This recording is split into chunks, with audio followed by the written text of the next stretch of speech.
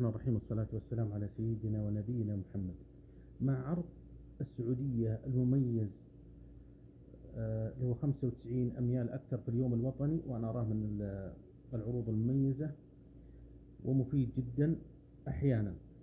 ولكن السؤال: هل شراء أميال الفرسان أفضل من شراء تذكرة مباشرة بدون أميال؟ أنا بعطيكم بس مثال على رحلة واحدة ونطبق ونرى هل هو مفيد أو لا. طبعا العرض عند كل لك 95% أميال إضافية على ما تشتريه، يعني دبل أميالك إلا شيء بسيط، إلا 5%.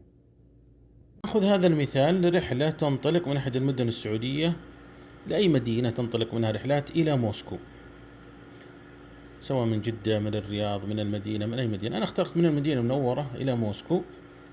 لاحظوا قيمة التذكرة 3159، بينما علشان تحصل عليها بشراء الأميال لابد تشتري 24,000 ميل.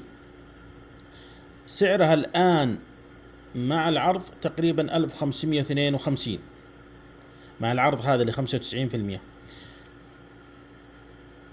وتحتاج أن تدفع رسوم 822. أنا طبعا أخذها بالتقريب، أحيانا يكون زيادة هلالات ريالات. وهذا الفرق بين، طبعا أصبح عندنا المجموع هنا لقيمة الأميال مع الرسوم 2374، نقصها من قيمة التذكرة 785. إذن الفرق لصالح الأفضل هي الأميال في هذه الرحلة، لأن أصلا التذكرة مرتفعة. إذن قاعدة: كلما ارتفعت سعر التذكرة كلما كانت الأميال أفضل في معظم الأحيان. كلما كانت التذكرة رخيصة كلما كان شراءها أفضل من شراء الأميال، لأنك أيضا ستحصل عليها أثناء رحلتك بالتذكرة المدفوعة، ستحصل أيضا على أميال ما لم تكن تذكرة أساسية. فهذه هي قاعدة الأمر.